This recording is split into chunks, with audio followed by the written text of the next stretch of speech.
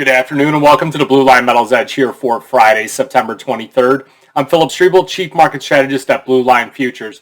You watch this on YouTube, be sure to like and subscribe to our video. You need additional information, go to bluelinefutures.com or send us an email at info@bluelinefutures.com. So, what a tough market here today. There's really no place to hide.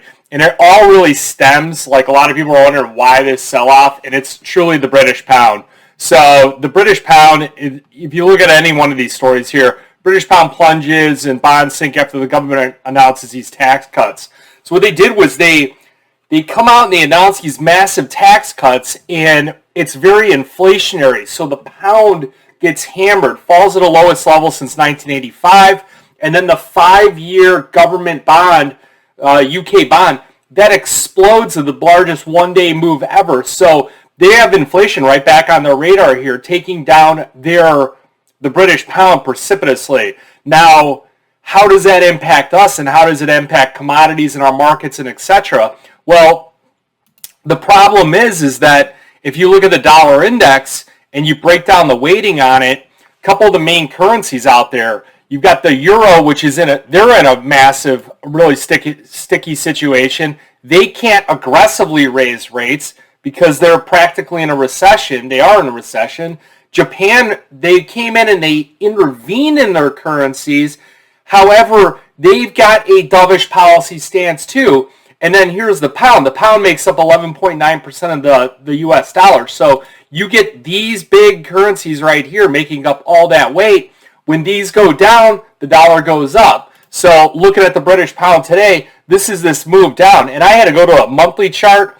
I couldn't even find anywhere where we had been this low on the British pound.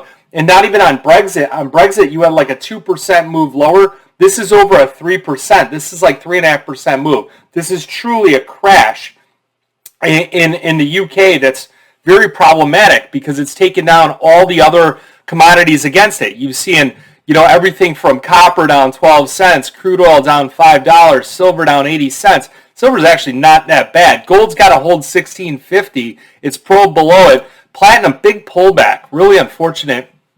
So we're down $50 on platinum. That's one we want to keep an eye on. If that doesn't come back or if it continues to extend its losses, we'll have to liquidate those positions as well. But unless you have a balanced portfolio where you have shorts, like you're short the Russell 2000, which that is back near these contract lows. If you put this on a continuous chart and you look at the Dow below 30,000 now, the NASDAQ is just getting crushed. One other thing, Goldman Sachs, they cut their, everyone was so optimistic, and I saw this massive short covering rally months back when they came out and said 4,300 on the S&P for their year-end target. They slashed that down to like 35 or 3,600 points. So you got big sell-offs across the board. Now, if you look at the report that I put out, it does give you where the trend is, and the trend's pretty accurate on everything. Gold bearish, silver neutral, copper bearish, platinum bullish. That's going to switch. That'll end up getting flipping back to neutral, and then the dollar index bullish, of course, euro bearish, neutral on crude oil, but that's going to flip to bearish. And then the S&P 500 and all the stock indices, those are also bearish across the board too. The thing about crude oil, it's going to be interesting, is because the Federal Reserve, or I'm sorry, not the Federal Reserve, the government basically came out and said they're going to restockpile those inventories, the EIA, once we drop below 80, and we're basically there right now. So we'll want to see, is that going to put some kind of synthetic put into that market, or is it going to still continue to fall? So a lot of these charts here, we've broken away to the downside, and you can look at on this as far as positions. If you want certain levels and things like that, it'll tell you that the trend following system short, here's your buy trigger, that's where your stop loss is. You're going to want to use for risk management these levels here, and here's where your short has been triggered on August 22nd. So I want to explain a little bit more on how to use this particular report. Like on silver, if you see that close below 1870, it's going to trigger a short on silver onto the downside. Now, the way to trade these markets right now is using things like out of this options insights, using calculated risk call spreads and things like that. The clients that we have and the customers we work with that have the least amount of anxiety on these markets are the ones that have switched to more conservatively using option spreads and things like that. You're not going to get the delta of a futures contract, the 1-for-1 and things like that, but you're definitely going to be able to sleep at night utilizing these positions. Now, I do know that with silver, if it does flip to a negative trend and it breaks down on the downside, if you want to be long silver, the best way to do it is going to be using a call spread.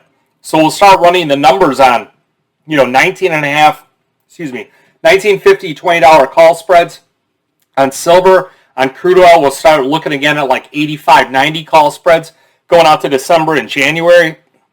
And then you get down into some of these other markets like the E-mini NASDAQ. If you took this short position, you're going to want to trail that stop, and you're going to want to put this level in right here, 11,909. You should be short here from the September 2nd settlement.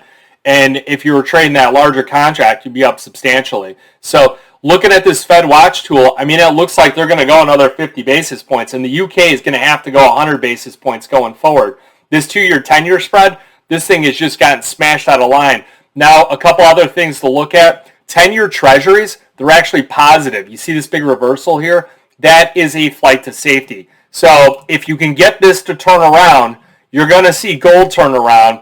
You should see silver follow it. You'll see platinum follow it. So if you're going to pairs trade on the metals, you're going to want to be short copper against your long gold. And I think that's the way to really play it. So if you have any questions, futures options trading, or you want to reach out to me, give us a call. We'll put out some early research on Sunday as well. My phone number, 312-858-7303. Remember, futures and options trading does involve risk of loss. May not be suitable to all investors. Good luck, good trading.